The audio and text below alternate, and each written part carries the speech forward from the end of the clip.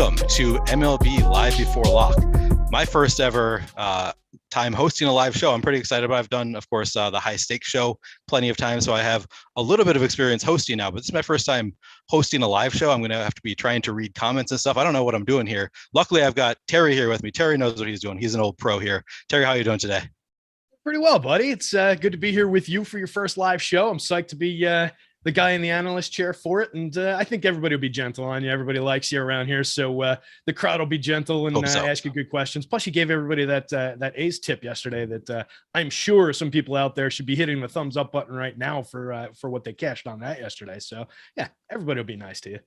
Right away, Terry chipping in and reminding people to hit that like button. I was going to do that, and I forgot right at the intro, and you just saved me right away, so I appreciate that. Yeah, I wish I could take credit for the Oakland stack. Really, it was just a top stack stool play. It was just they look great in the top stack stool kind of play, which is kind of how I play MLB DFS. Terry, I know that I've seen you crush MLB DFS for years. I've been following you. I've seen you. I think last year there was one tournament where I was at the top, and then like right at the end there was a home run that you jumped me, and I ended up fifth or sixth. But so I know that you're great at MLB. Would you say it's your favorite DFS sport? For sure. Yeah, MLB is definitely. I mean, it's my favorite sport. Period. And then for DFS purposes, it's definitely my favorite. It's the game that I know the best overall. But I just think just the math of the game, the statistics, the depth of statistics that you can get into, it's just a fascinating sport in general. I think it's the most fun sport to watch. I think it's the most tense sport to watch. It's a game of anticipation. A lot of people, don't like it, like the action-packed football, throwing the ball back and forth that turns into mostly standing around in commercials is kind of how I view football. I think baseball's a lot more interesting. So yes, it's my favorite. Yeah, I'm actually a longtime baseball fan too. Somebody on Twitter yesterday said that I'm a nerd who probably doesn't watch baseball, and that's actually largely true the past few years. But I do have a long history of watching and enjoying baseball, and DFS obviously helps a lot, makes it a lot more interesting for me. Something Kickstart just pointed out on Twitter, there are no Neil or Terry emojis not on Twitter, on YouTube to use on YouTube. We don't have our own emojis on YouTube. So Tyler, you're gonna have to fix that for us. We need our emojis so people can use them for us in the YouTube chat. Terry, let's start by promised or threatened with that over time. I'm not sure which it actually is. I guess I'm surprised that you don't have one. And stuff, but yeah, I don't know. I think it's I'm not sure why. Let's get one. What the hell? Let's get one. Everybody's right. I don't know who's in charge of that, but I'm assuming it's Tyler, and this is Tyler's fault. So come on, Tyler, get on that. This is my plug for the YouTube membership. This is my plug for the YouTube membership. If y'all want Neil and Terry to have emojis, we have to have more YouTube members so we unlock more emojis. And there you go. So chat, right, it's actually your fault. All right, it's chat's fault. I'm okay with that. We'll blame chat. No, chat's been very nice to me so far, so I'm going to stick with Tyler. We're blaming Tyler. Sorry, Tyler. All right, Terry, let's start by talking about the slate as a whole. Are there any weather concerns for you today? The one that I was kind of taking a look at, we had it at 60% a little bit earlier, is that Dodgers-Twins game. It looks like there's a pretty good chance of rain in that one. When I was looking at it on Dark Sky earlier in the day, it looked pretty ugly. It looked like rain was starting pretty heavily in the mid-afternoon and kind of rolling into the night. It looks like there's still a big block of rain on the thing, but it's become more drizzle, light rain from 7 to 9. Could they squeeze a start in if they get that little window of some clearness or like just a little bit of drizzle and light rain? They might, but I still am questioning that one. Outside of that one, I don't see any real like threats of postponement. Something that's definitely interesting are the increased temperatures on the East Coast. In particular, it's a gorgeous day here in the New York area. It's like 65, sunny. So it's going to be a nice night for hitting, I think, on the East Coast. As for the Dodgers game, it looks like as of our last update, we're still at about a 60% probability of postponement on that one. So that's a big question mark for me in terms of what's going to happen with the weather. We've got 40 minutes post-lock for it, though, so little time to work with it. I don't love that you called it the Dodgers game, even though it's here in Minnesota. I'm going to let it slide because I appreciate you being on the show with me, but no, it's a Twins game. Come on. I just looked out my window. I can just do the weather from here. I looked out my window. Yeah, it's there's light rain right now. We'll see. I guess that's something that we're going to have to monitor as the night goes on. Do you think as a situation where they would try and squeeze this game in, just knowing the team and the area a little bit, like as far as the weather patterns go, is this a storm that typically turns into a downpour in your area? Is it, how does it go over there? Like, what's your read on this one? I don't know that I have any better read than you have here, to be honest. Being a local, I think just something to monitor throughout the night. yeah, I'm not going to try to pretend to have some better read as a local. I wish I did, but yeah, not something that I can really say that I have any expertise on. What about so this is a 9-game slate. Do you have any feeling on the type of construction you want, like the types of stacks that you're doing on a 9-game slate like this? I think you're primarily a FanDuel player, right? Or do you play an equal amount on both sites? For the most part, I play on FanDuel. I'll jump onto DK if there's a really appealing tournament or some overlay or something like that, or like I'm a majors fish for golf or for big NASCAR races and stuff. So I might jump in for those, but primarily FanDuel. Okay, so let's start by talking FanDuel then. So for FanDuel, what kind of stacks do you like on a 9-game slate? Do you do a primary stack and a secondary stack, or you stick to one stack? What kind of stacks are you trying to do on a 9-game slate like this? Yeah, typically I'm trying to build a nice big pool of lineups to put into my sorting tool, and I'm going through the motions of building. I build out a crunch with 4 4s, and then I'll add 4 3s to it, and then I might drop it down to like a 3-3-1-1 construction. I might drop it down to like a 3-3-2 where it's forcing in a 2-man from another team. That's about as far as I typically like to diversify a lineup. Every now and then I'll throw in some, all right, 4-man from this team and then leave it open on the other end, hoping pretty much that I'm getting either 3-mans or 2-mans in that anyway. So when I look through those lineups, typically where I've got a 4-man stack, the ones that get through with 4 individual players, I tend to like less, even though they might project out. Just if you add up the actual projections that we're giving, they might project out to a higher number with all those individuals because you're getting to premium, individual hitters. That's not really how the sport works, So I'm always looking to be stacking. I'm always looking for a 4-4, a 4-3, or at the outside, typically like that 3-3-1-1 or 3-3-2. Okay. Yeah, that makes a lot of sense. Yeah, I'm the same way. I'm usually doing on a larger slate, I'm doing a primary stack and a secondary stack on both sites. On a smaller slate, if it's a 3-game slate, maybe even a 4-game slate, I might just do one primary stack and then do a bunch of one-offs. But on a slate this size, I'm typically doing on FanDuel a 4-4 or 4-3. I'm just building 4-4 and 4-3 stacks. And then on DraftKings, I'm usually doing 5-2s, 4-3s, sometimes 5-3s and 4-4s as well. So yeah, I agree. I'm running a DraftKings crunch right now in the background. I put my randomness. I'm using Alex's projections, but my randomness functions and my ownership caps just to kind of see where things would land if I was running a DK crunch. And that's how I said it was 5-2-1. I think that's, for me, that's been the most effective anytime I've played on MLB DFS on DK. So I typically like to grab that full stack. You're getting so much correlation from, the better part of a team's whole lineup. You don't have to worry about, you talked about it yesterday, the gaps in the lineup on FC. That's something I typically don't worry about either when I'm putting these together. So I think you get that nice chunk of correlation. And then I like the ability to grab a one-off because I'm usually differentiating at pitcher a lot of the time. I'm fairly confident in my pitcher reads a lot of these days. It didn't really work out yesterday around Nick Martinez turned out to be fairly effective, and Leskari Noah was pretty ineffective. But on a lot of these, I'll trust my pitching read so I can get different at pitcher. So I'm willing to play some premium bats, and I'm willing to go to some of the premium popular one-offs. But I always like the ability to differentiate that one spot and then grab the two-hitter correlation on DK. I'm really glad to hear that you are confident in your pitcher reads, even if it didn't go well yesterday. That doesn't really mean it's pretty small sample size just yesterday. Because I really early in the season, I have so much trouble trying to read pitchers, and I go with the top pitchers tool generally more early in the year because I have no feel for which pitchers have maybe made improvements over the summer, which pitchers have maybe gotten a little bit worse over the summer. I mean, obviously there's really no way to read that other than looking at spring training a little bit, but it's all small sample size and conjecture. And we're all reading the same reports about the same guys and translating it through to projections, and there's a lot of guesswork at this part of the season for sure. The good news is a lot of my pitching projections kind of math out to the match or come close to matching. Like yesterday, Alex and I had the same top 3 in a different order for both sites, so it works out pretty well that way. And yeah, it bolsters my confidence, honestly, when I'm matching what he's doing over there and we're getting the same output. So that's always a nice thing to see. So, but yeah, there's a lot of piecing things together and, trying to follow the hints, follow the clues through the early part of the season until things normalize a little bit till we get a much bigger sample. They talked about that on this morning's strategy show about, how long do you wait before you start bringing in this year's numbers? And for me, it's even longer. I think Greg said about a month. For me, it's typically not the all-star break, not mid-season, but, I want to be well into late May, early June before I'm really factoring in this year's numbers all that much. I'll talk about them on shows. I'll start bringing up what a guy's doing over the next couple of weeks, what he's doing this year. But to be really relevant data points for baseball, you need big samples. That's why things like BVP don't matter. Right. And I mean, you can do kind of like a rolling average, like roll this year into last year, theoretically. And that's how I do it. I gradually bring it along. Yeah, and that makes a lot of sense to me. Yeah, I don't do my own projections. I just rely on Awesemo, but that seems like the best way to do it. All right, well, let's start talking about individual games. But before we get started looking at the individual games, let me remind everybody, please give us a like and subscribe so you can keep up with all of our shows, DFS offers, giveaways, and much more. Once you subscribe, hit that notification button to get alerts when our shows go live. Be sure to also check out today's free premium tools and data, which are MLB player projections, NBA ownership projections, NHL top stacks, and PGA top golfers, as well as our podcast giveaway. Just head to our Awesemo podcast channel below, give us a 5-star review with your Twitter handle or Awesemo username included, and you will be entered to win a free month of Awesemo Plus Platinum.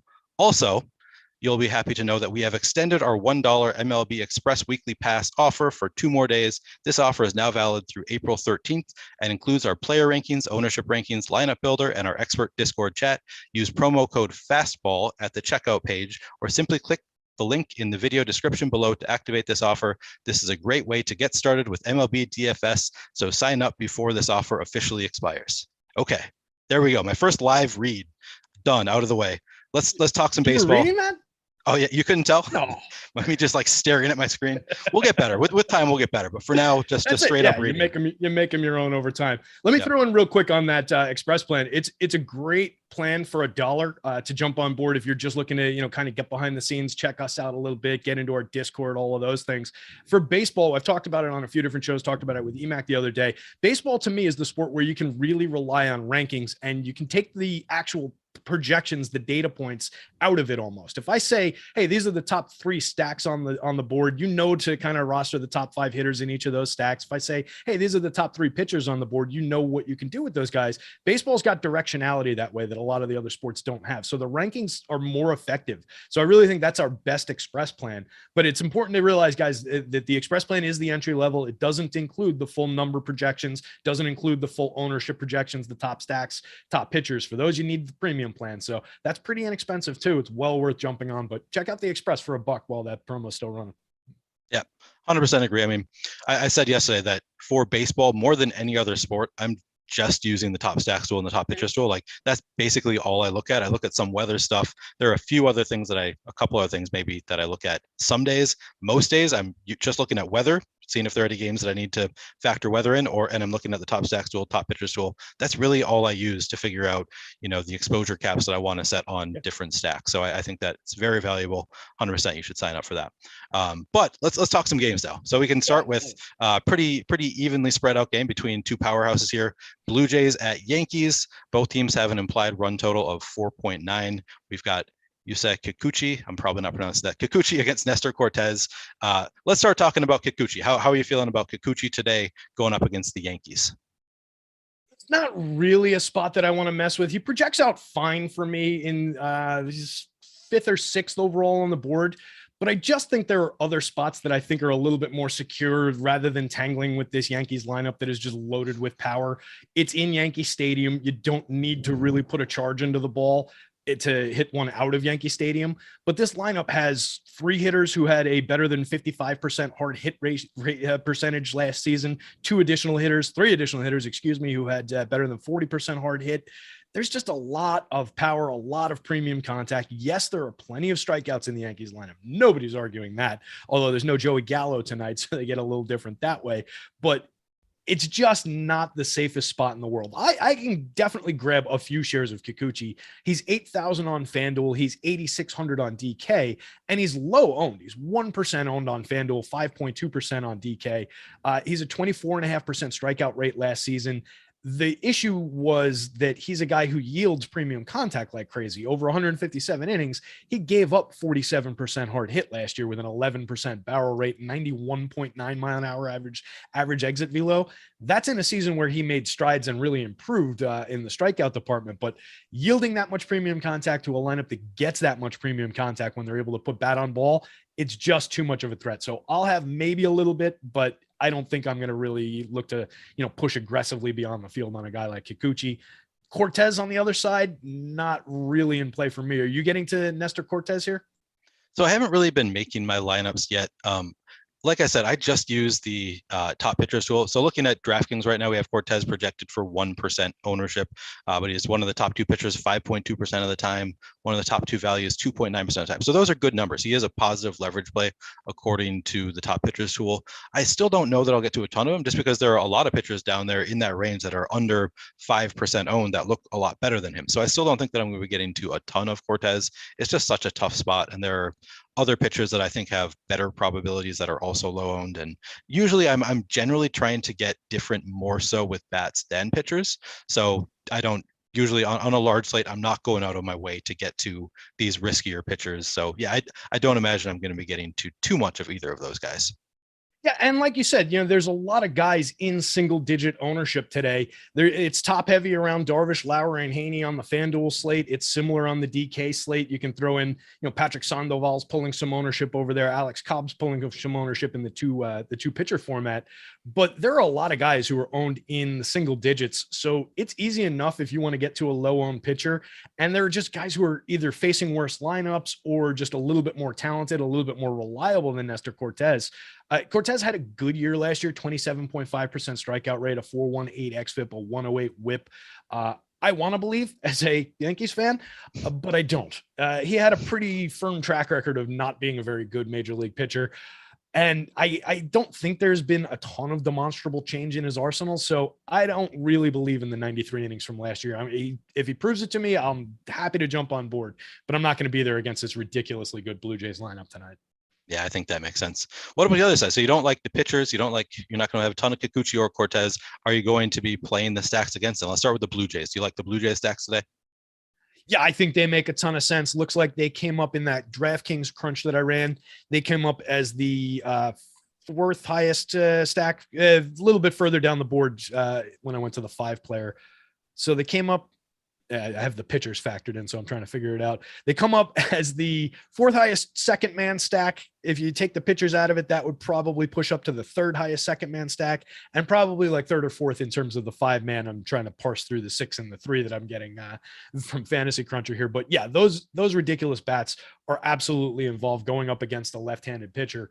You're talking about a lineup that was first overall in baseball with a 202 ISO last season. First overall in baseball. That's against righties.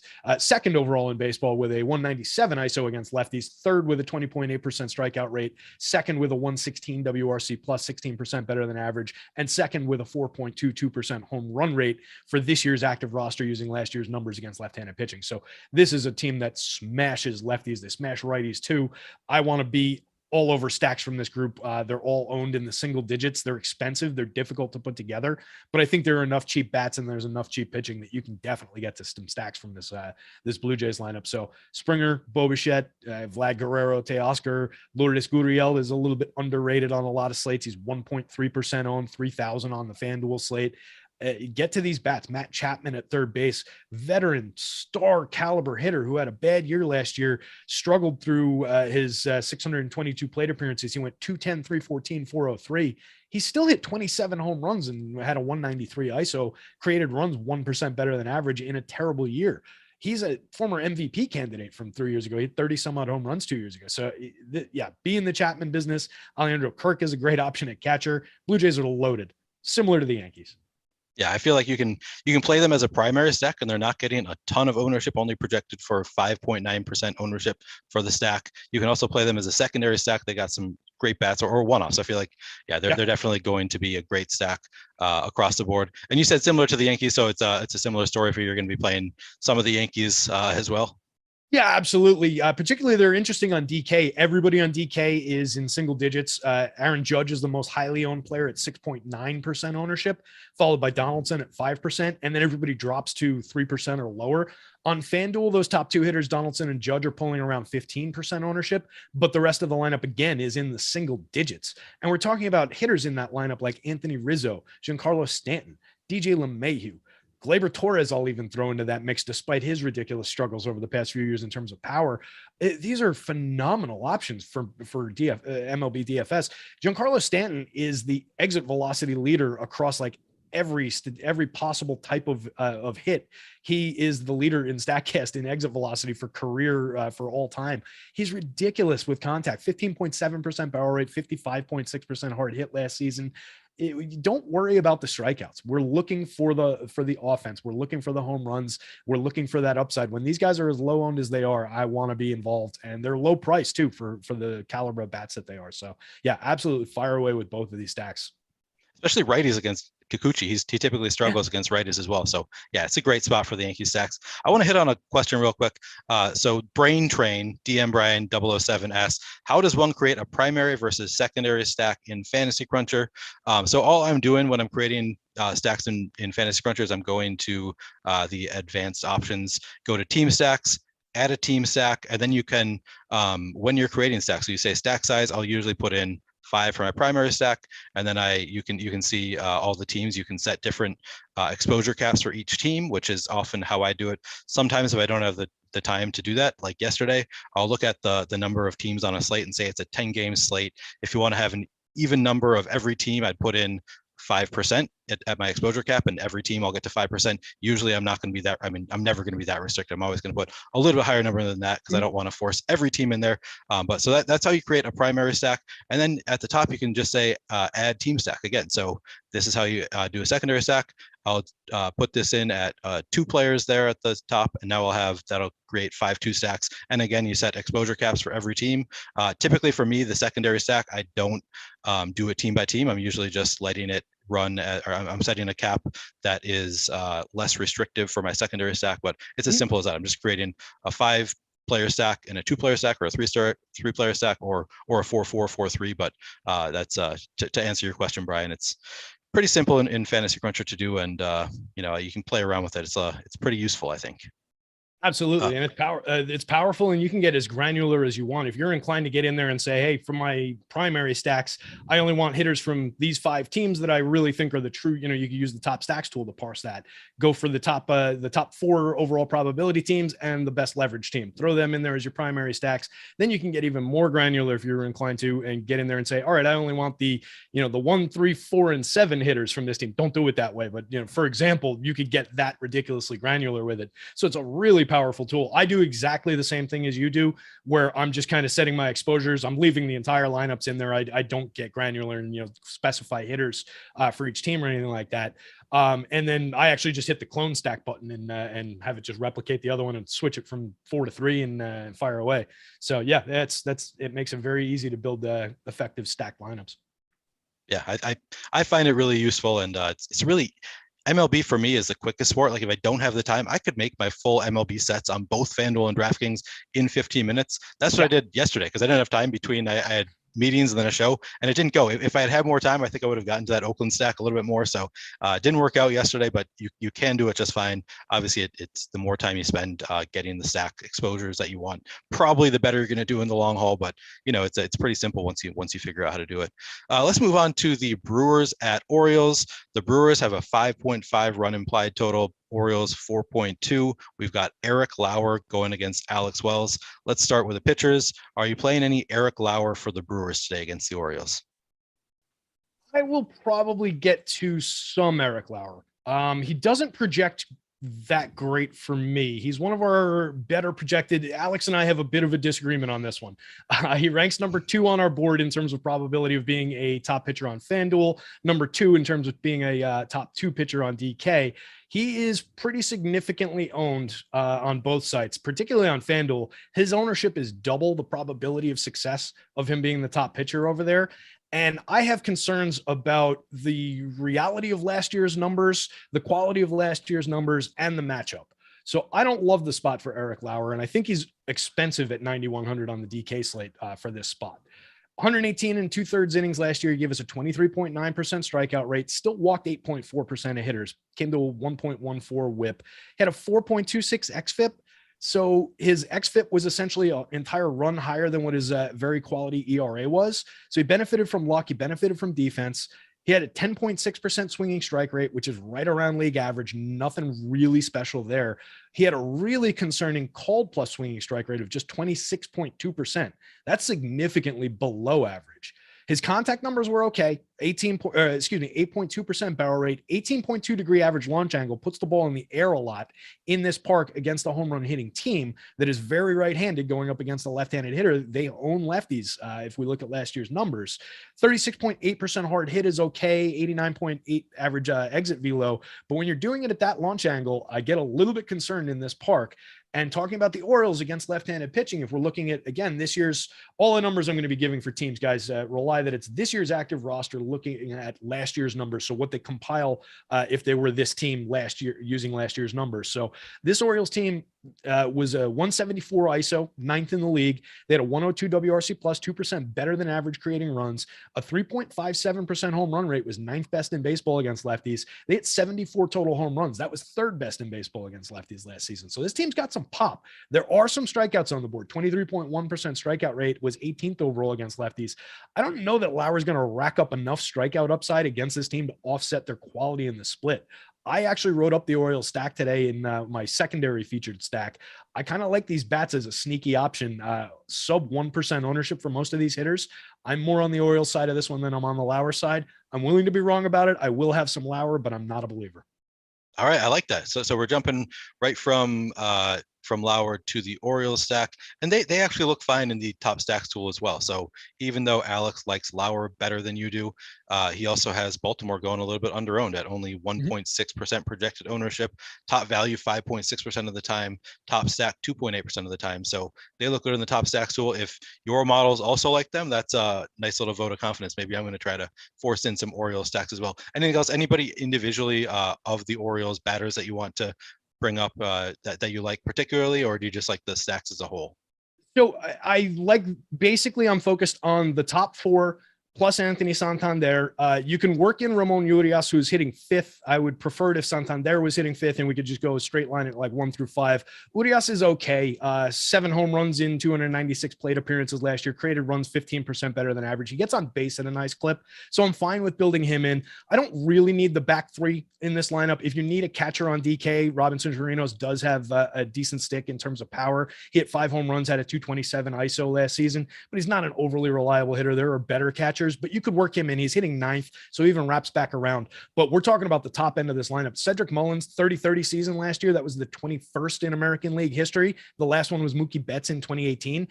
Dynamite option who's completely underrated, underappreciated on FanDuel, 3,300, less than 1% ownership. He's expensive on DK, but nobody else in this lineup is, so you can click them together. Ryan Mountcastle, Trey Mancini, Austin Hayes, all 3 of those guys, dynamite power bats, particularly in the split. I want all 3 of those guys in my roster. I like the way that group comes together as well, because you're going like Ryan Mountcastle and Mancini have Mountcastle has outfield eligibility, Mancini at first base, and then Hayes and Mullins are both outfielders also. So it allows you to roster some premium bats that we'll talk about in a bit from other teams that are mostly around the infield. So I just like the way they fit with other teams as well, because they're cheap. You can get to premium bats. You can get to a premium pitcher. I think the Orioles make a lot to work at no ownership at all today. Right on. Yeah, I'm gonna try to get to some Orioles on your recommendation. That all makes sense to me. And as far as Lauer goes, as you mentioned, he projects well in terms of his top 2 pitcher odds. I will say he doesn't look like a great value. So because he's so expensive, he doesn't look like he fits into lineups as well as some other pitchers. He only has a 6.5% chance of being the top 2 value. So that's not as great. So yeah, I think that all makes sense. What about the other side of this? So you don't love Eric Lauer. You like the Orioles stacks. What about Alex Wells and Brewer stacks? Do you like, let's start with the pitcher. How do you like Alex Wells today? I actually had that. It looks like I pulled the wrong pitcher on that game. I actually had it as Spencer Watkins. Okay. No, it looks like we have it wrong in the top pitchers tool now, or we have a different. So I guess it is Spencer Watkins. I had that wrong on the sheet. So Spencer Watkins. Do not roster either Alex Wells or Spencer Watkins. Okay. Gets this Brewers lineup. Let's go. We'll simplify that easy. Watkins, if it's Watkins, he's only 4,000 on the DK slate. He's 2% owned. He does not project well at all for me. I don't think there's anything there. 54 2/3 last year, a 13.7% strikeout rate, a 5.59 xFIP, a 1.7 whip. No thanks. You can fire away with some Brewers bats against that pitcher and against either of these pitchers, honestly. I like Hunter Renfroe in this lineup. He was my home run pick in the article this afternoon. Get a very nice slate leading home run mark for him. And I'm getting above average home run marks for all of Willy Adames, Christian Yelich, Andrew McCutchen, and Rowdy Tellez on top of that. So yeah, yeah, I like Brewers stacks. They're pulling a little bit of ownership. They're significantly higher owned than the Orioles on the other side. It's primarily around Willy Adames is over 20% on both sites. On FanDuel, they're getting a little bit more popularity around the Yelich, the McCutchens of the world. Both of those guys a little bit less owned on DK, but I think there's plenty to work with here. So you can definitely build some Brewer stacks despite the popularity. So I don't really know anything about Spencer Watkins. Is he just an opener, or are you expecting him to pitch? Is he going to be used as a starter? Do you know? That could be what it is. He might be an opener. Yeah, I don't really know much about him. Either way, I'm not dabbling. All right. I like that. So we're not playing any Spencer Watkins. We are playing some Brewers stacks. Let's move on. We're kind of running into some time constraints already. I didn't realize that this is going to be an issue. Yeah, we'll talk faster. Okay. Miami Marlins at Los Angeles Angels. Marlins with a 4.6 implied team total. Angels at 5.2. We've got Jesus Luzardo going against Patrick Sandoval. Let's start with Luzardo. How do you like Luzardo going up against the Angels? I think he's at least interesting. I don't love the matchup in terms of the Angels' quality and their lack of strikeouts against left-handed pitching, specifically looking at last year. So I'm not going to have a ton.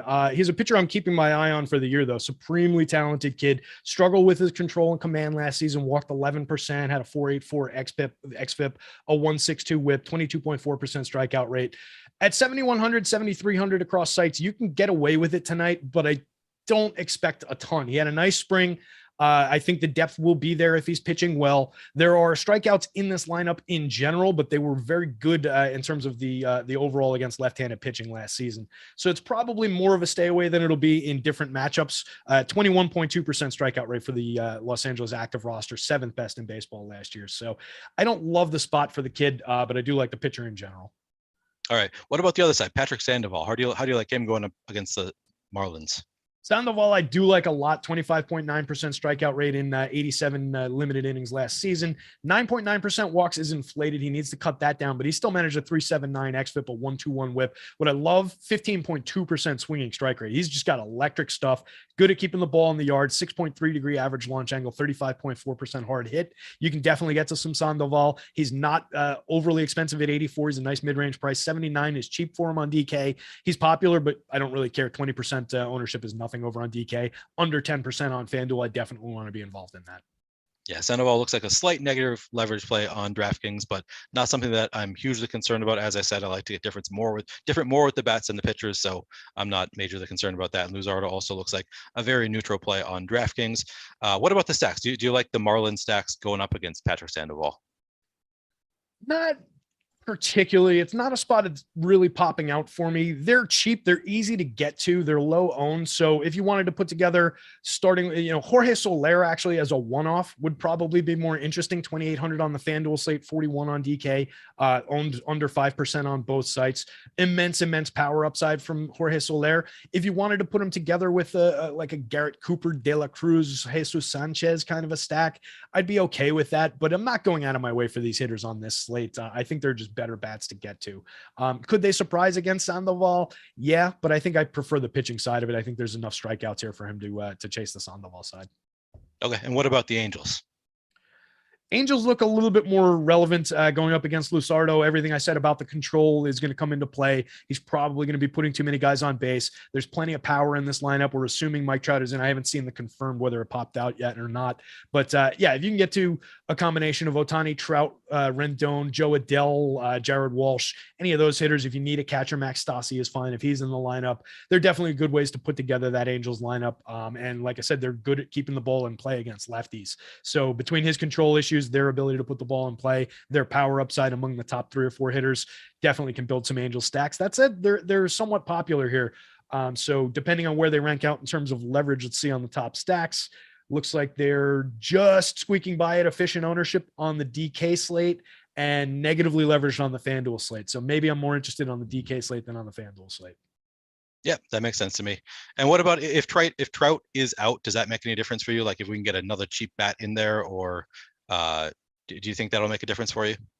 Yeah, anytime you're taking Mike Trout or Shohei Ohtani out of this lineup, it's a big chunk. I mean, that's saying something somewhat obvious. We're talking about MVP caliber players, but it becomes a much different lineup when you take those guys out. So that would probably make me shy away from stacks even more. It would depend on what happened to the ownership around like an Ohtani and a Rendon, though. If that dropped into single-digit ownership, it might be something that I would consider. Now it's a little bit sneaky to get there. It's not like I would fire up Luzardo shares. When Trout scratched yesterday, I fired up some additional shares of the Marlins pitcher, and it didn't really work out. But I would not necessarily do that with Luzardo here. Okay, that makes sense. All right, before we get to Nationals at Braves, let me take a quick break to talk about our sponsor, OddsShopper. Make your best bet in 30 seconds or less. OddsShopper features hundreds of bets daily to give you the edge you need betting NBA and NHL player props. With expected win percentages and ROIs included, OddsShopper uses the same DFS projections we use here at Awesemo to filter out the best bets available. OddsShopper also features a parlay builder with optimized parlays and an arbitrage tool that identifies risk-free, guaranteed profit bets that you can make across sportsbooks. You can find the link to OddsShopper in the description of this video, so head over there and start making smarter bets now. All right, Washington Nationals at Atlanta Braves. The Nationals have a 4.8 implied run total, the Braves 5.4. We've got Patrick Corbin going against Bryce Elder. This will be Patrick Corbin's second start of the year. This is Bryce Elder's debut. Let's start with the pitches. What do you think of Patrick Corbin going against the Braves? I want no part of Patrick Corbin going against this Braves lineup. Give me Brave stacks wherever I can get them in terms of how they look in a general baseball sense. The only issues with the stacks is going to be the ownership on the top premium hitters. But I even like the back end. We talked about this. You guys talked about it on the show yesterday. I was in the chat talking about it. Adam Duvall, Dansby Swanson. It's a pretty solid back end of this lineup. So you can get to some hitters from there and kind of offset some of the ownership. It looks like Matt Olson is also fairly low owned because it's a lefty. I don't care about that with Matt Olson. He has plenty of power, and Pat Corbin I don't think is going to be overly long for this game. He looked pretty washed last year, 19.8% or 19% strikeout rate, a 1.47 whip. Not much to say about Corbin. I'm not going to the Braves pitching either here. I think Elder is going to function as kind of a split. Last I saw, they were talking about both him and Touki Toussaint getting innings in this game. I don't know if anything has changed there. I haven't seen it if it has, but I'm not expecting a ton of length for Elder in his debut here, and I'm not expecting a ton of quality either. 21st ranked team prospect, not really a very well-regarded pitcher in terms of the traditional scouting grades. 35 grade command, no plus pitches. So I don't really need any part of Bryce Elder here either. All right, so no pitchers. You're going to be playing at least the Brave stacks against Corbin. Do you think you're going to go to some national stacks against Elder? I will happily take shares of Juan Soto, Nelson Cruz, Josh Bell. If I'm playing on DK, I can get into some Keibert Ruiz, and you can bolt Cesar Hernandez onto the top of that stack from the very top of the order. Michael Franco is debatably useful from the 7 spot. Victor Robles is an interesting wraparound from the end of the lineup. If he manages to get on base, he's still got blazing speed. So he works as a secondary leadoff hitter to Hernandez. So you might get sneaky doing like a Robles, Hernandez, Soto, Cruz, Bell stack on DK as a 5-man, go 9 through 4. I don't hate it. It's not a focus stack for me though. Okay. Yep. That makes sense. Carlos, I just want to say thank you. You are correct. I am having the time of my life doing these reads. It's a great time reading ads. Don't have a lot of experience with it, but it's a really, really good time. You should try it sometime. Let's move on to Dodgers at Twins. We just talked about how there's a little bit of weather concerns here. It's a bit rainy. We're expecting some rain throughout the night. I'm looking out. It looks dry now, so I don't know if that changes things for you. No, just kidding. All right. We got Dodgers 5.3 implied run total. Twins 4.5. Andrew Heaney going up against Chris Archer. Heaney, what do you think of Heaney going against the Twins here? I feel like he burns me every time I trust him. He does well every time I don't trust him. So crapshoot. 24.5% ownership at 7,500, 31.9% at 8,800 on DK. I don't know how much I want him at that popularity for a pitcher who is as wildly unpredictable as he's been over time. He had a solid 26.9% strikeout rate. That's what he's always done well is the strikeout acumen. A 4.12 xFIP is fine. He had a 1.32 whip, which is high. That's more runners than you want to see on base. 12.5% swinging strike rate, very good. 28.5% CSW, not so good. The contact numbers are slightly above average in terms of yielding too much contact. 9.4% barrel rate, 39.1% hard hit. It's very Andrew Heaney like. I think I'm going to let the ownership kind of dictate, and I'll undercut the field on him. And if he burns me like usual. All right. That's fair. Andrew Heaney, I feel like he's one of those guys. For years, I never really know what to do with him. I tend to try to play him when the field's not, and I fade him when the field plays him. I think he's that kind of a pitcher. I think it makes a lot of sense. What about Chris Archer on the other side, going up against the Dodgers? Obviously, the Dodgers are pretty scary, but Chris Archer, I kind of feel like he's kind of the same way. Like he's had some stretches where he's been a great pitcher, other stretches where he's been pretty bad. Maybe I'm misremembering here, but I kind of have almost a similar feeling with Archer as I do to Heaney. Do you like Archer at all going up against the Dodgers? If I could get Chris Archer from 4 or 5 years ago, before all the injuries, the surgery, he's coming back from thoracic outlet. It's not something. It's the same procedure that Strasburg just had and is struggling to come back from.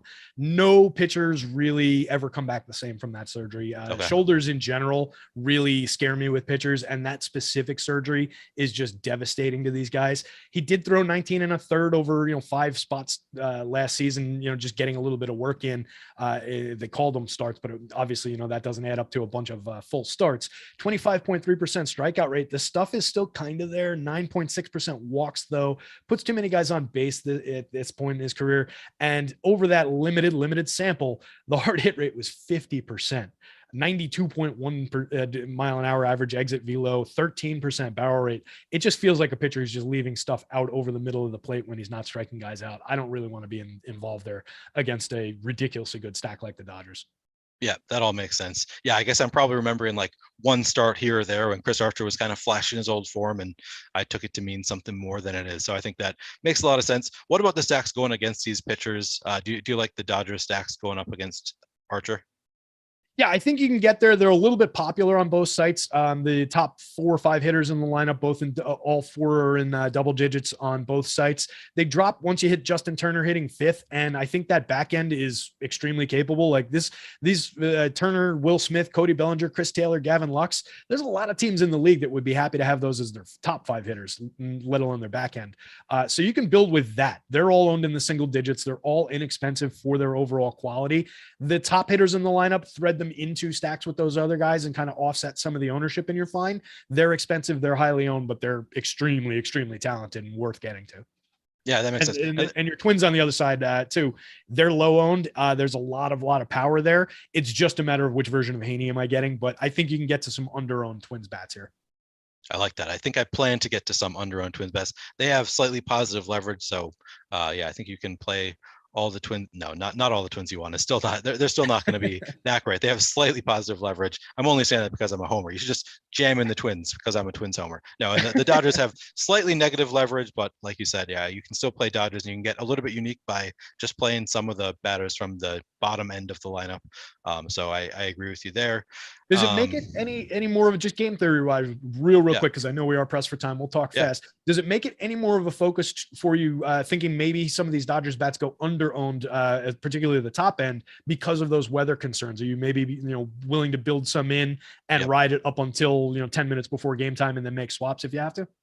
Absolutely. That's something that I always like to do, is just trying to figure out what the field is going to do. And if they are fading these teams because of the weather concerns, and you think, I mean, these are the Dodgers in particular are obviously a great stack.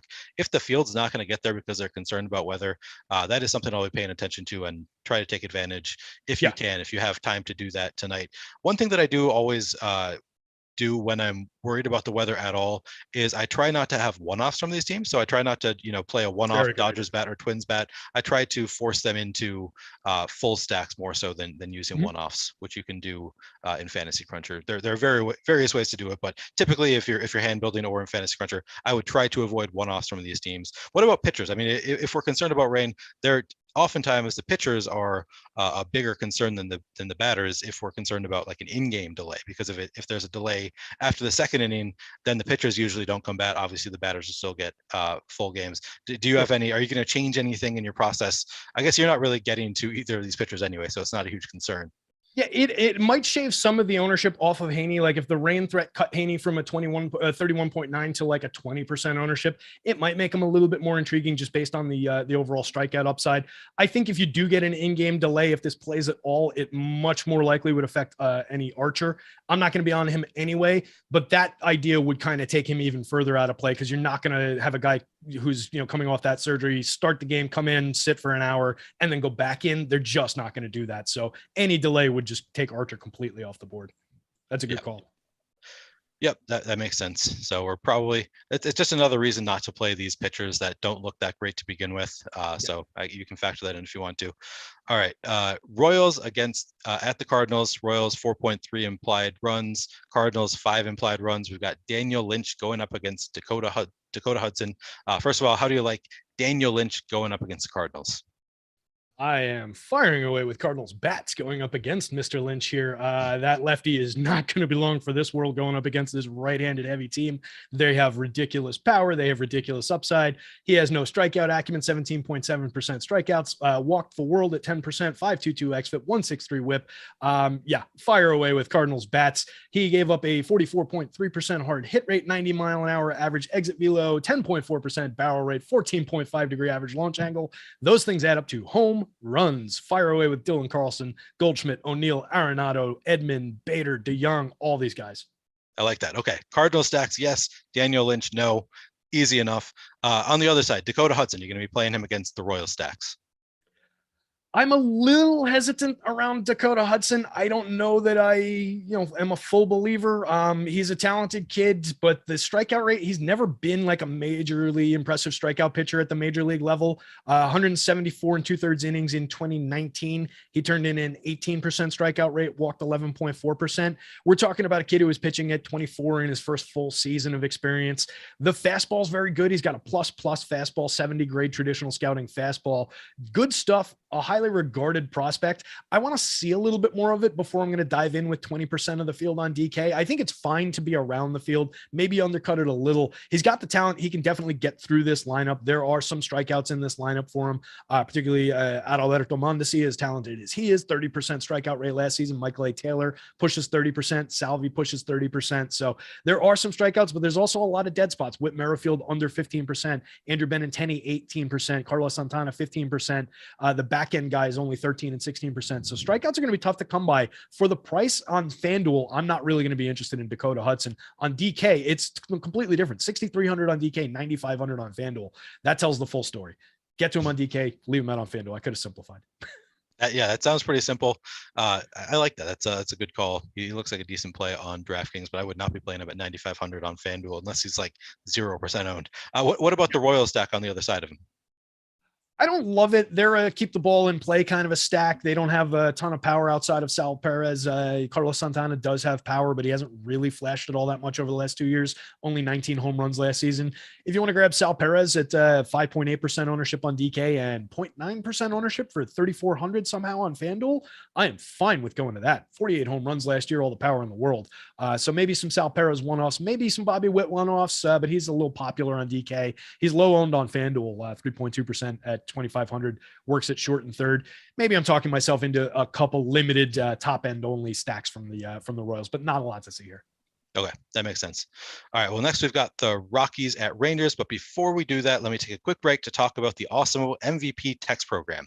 Get exclusive Awesemo discounts and the first crack at beta testing new tools and features by joining our Awesemo MVP text program. Sign up by texting MVP to 1-660-656-4417. Again, 1-660-656-4417, text MVP, and you'll automatically be entered to win a year of Awesemo Plus Platinum.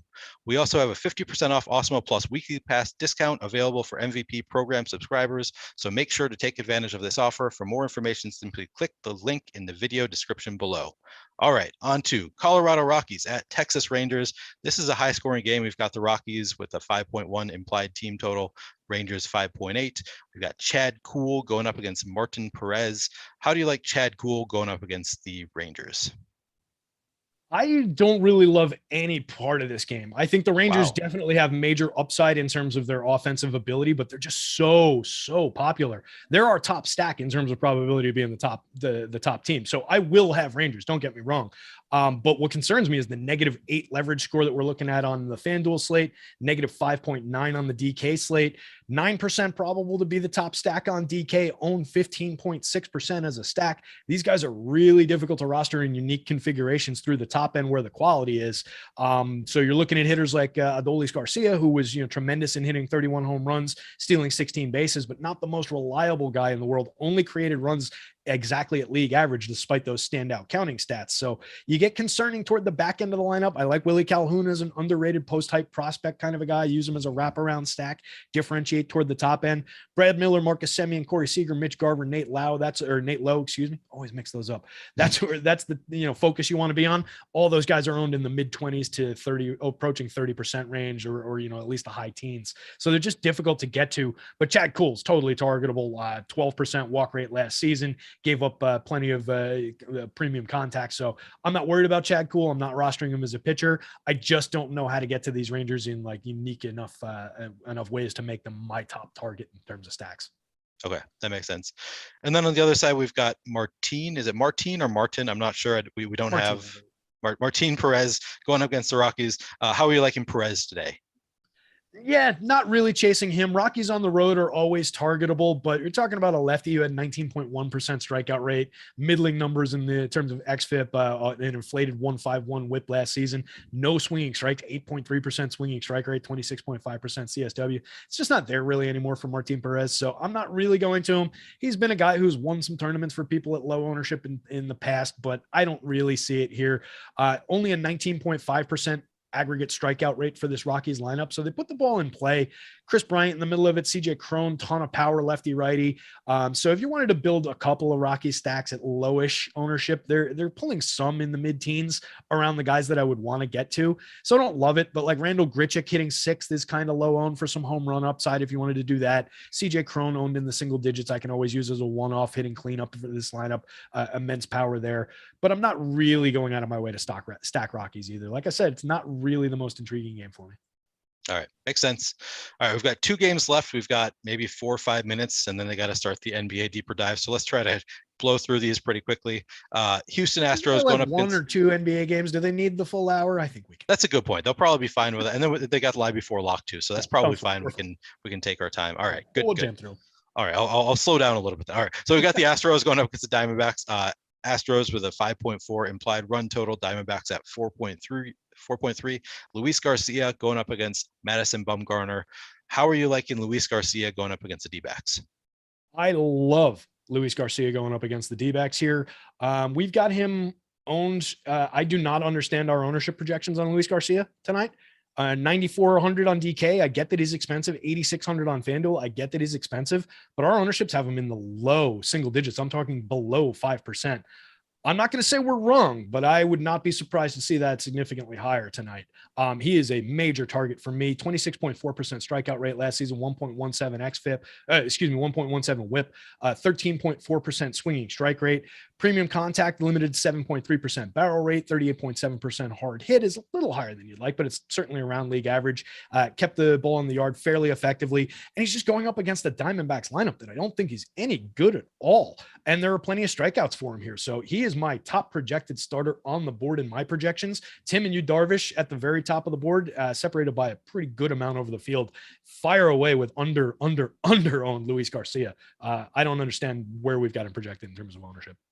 Yeah, 2.2% currently on DraftKings. Yeah, he looks definitely under-owned. So I like that call. I'm going to be getting to some Luis Garcia as well. What about on the other side, Madison Bumgarner? You're going to be playing any Madison Bumgarner against the Astros? Not in this spot. The Astros were my featured stack of the day. I'm getting massive home run totals for most of this lineup. They keep the ball in play. They're just, I wrote about them a ton last year. I talked them up a ton last year. Cheating aside from the past, they are a just phenomenal lineup loaded with premium hitters. I believe in Mad Bum. I believe in the Mad Bum bounce back still. I might be the last person on that bandwagon, but I do believe the 32-year-old still has talent. You don't want to roster a lefty against this lineup, though, and particularly not one who only struck out 20.2% of hitters. Last season had a 4.85 xFIP. Fire away with Astros stacks. They're probably under-owned in the high single digits.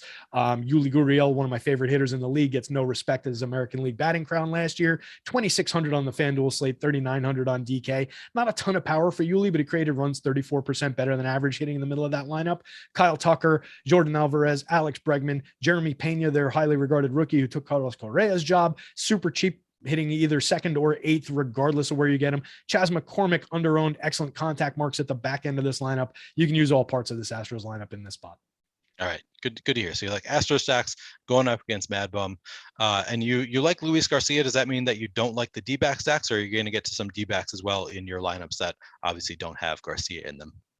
There might be a couple that just filter through as a, hey, I'm rostering so much of the pitcher. Let me take a couple of insurance policies out. But we're talking about a lineup, collective 140 ISO, 29th in baseball last season, 24.7% strikeout rate, 24th in baseball last season against right-hand pitching, created runs 21% worse than average, 29th in baseball, 2.23% home run rate, 29th in baseball last year against right-handed pitching. Fire away with the Luis Garcia. I do not understand why he's so low owned. Okay, so James McMahon brings up a concern, I'm wondering if you have any concern. He asks, Luis Garcia could be limited to around 60 pitches. No, he didn't do a lot of spring training, and he was already pushed back because he wasn't stretched out enough. Do you have any concerns that Luis Garcia won't be stretched out enough to, pitch more than 60 pitches into the game? That had escaped my attention. If he's going to be on an actual pitch limit, I hadn't seen anything confirmed.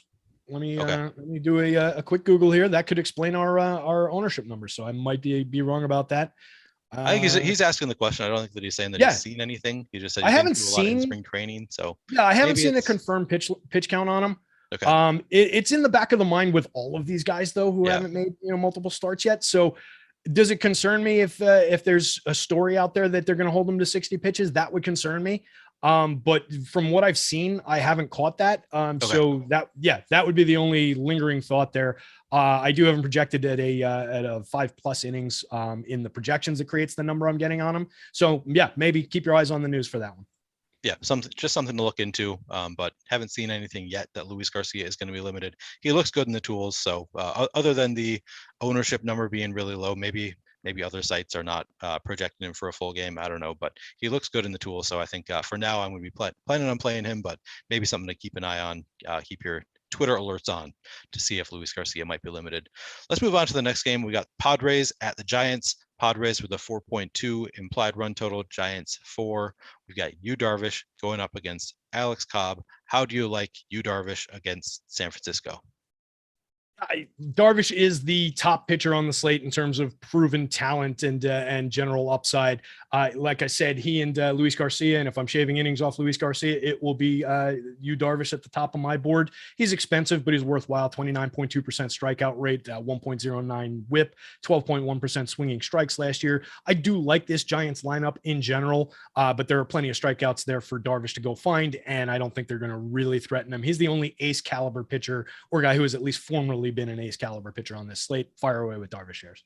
Yep, that makes sense. He's a little bit over-owned in the top pitchers tool on DraftKings. Again, as I've said several times, I try to get more with bats. I do set a cap, so I'm not going to be playing more than 30 or 40% Darvish, but I'm also not going to full fade him based on the 34% projected ownership and being somewhat of a negative leverage there. I'm still going to get to plenty. I just am not going to have him in all of my lineups. What about on the other side of it? Are you going to be playing any Alex Cobb against the Padres? He's another one. I still have that Alex Cobb that was so targetable for home runs in my brain. He's been broken, fixed a couple of times over. He was good over 93 and a third last year, 24.9% strikeout rate, a nice 3.38 xFIP. The whip is higher than you'd like at 1.26, but the strikeouts, the swinging stuff were there. The barrel rate was only 4.2%. I can get to some against what I think is an overrated Padres lineup. I've talked about it a number of times with no Fernando Tatis in there. It's a very, very different lineup. I can get to some. FanDuel, I like him a little bit better where he's owned in low single digits for 7,600. Middling ownership, 23.3% is fine on DK, 7,000. He's in play for sure. And you need some pitching. You need some SP2s. Overall, he is my 4th highest projected starter. So yeah, I'll be in the Cobb business. Okay. Are you going out of your way to get to any Padres stacks against Cobb? I might grab a few more than I normally would since they're owned across the board at 1 or lower percent on both sites and they're relatively affordable. Like I said, I do think they're an overrated team in general with no Tatis in this lineup, but Trent Grisham, Manny Machado, Jake Cronenworth, Luke Voigt, Eric Hosmer, Jerkson Profar, you can get to some of these hitters when they're that low owned and this inexpensive. So I don't mind getting to some Padres stacks. Not a priority, but I'm guessing they're going to be a little bit more positively rated when I pull up the top stacks than our ownership would indicate. Yeah, it looks like they're positively leveraged on both sides. Low probability of success, but positive leverage. And it's a board that's fairly thin, has a big plateau of probability of success today. So I think we can get to some Padres. Okay. Well, that closes out. We've done every team. We'll skip over our favorite pitchers and contrarian stacks because it is 4:00 and the NBA deeper dive is scheduled to be starting right now. So I don't think we should Orioles skip over that contrarian stacks. Orioles, you say? Orioles contrarian stacks. That's my Orioles contrarian stacks. All right, Terry gave us his favorite contrarian stack. Play some Orioles. Let's close it out. We've got NBA Deeper Dive live before lock coming up, so check those out if you're playing NBA tonight. And before you leave, give us a like and subscribe so you can keep up with all of our shows, DFS offers, giveaways, and much more. Once you subscribe, hit that notification button to get alerts when our shows go live. Thanks, Terry.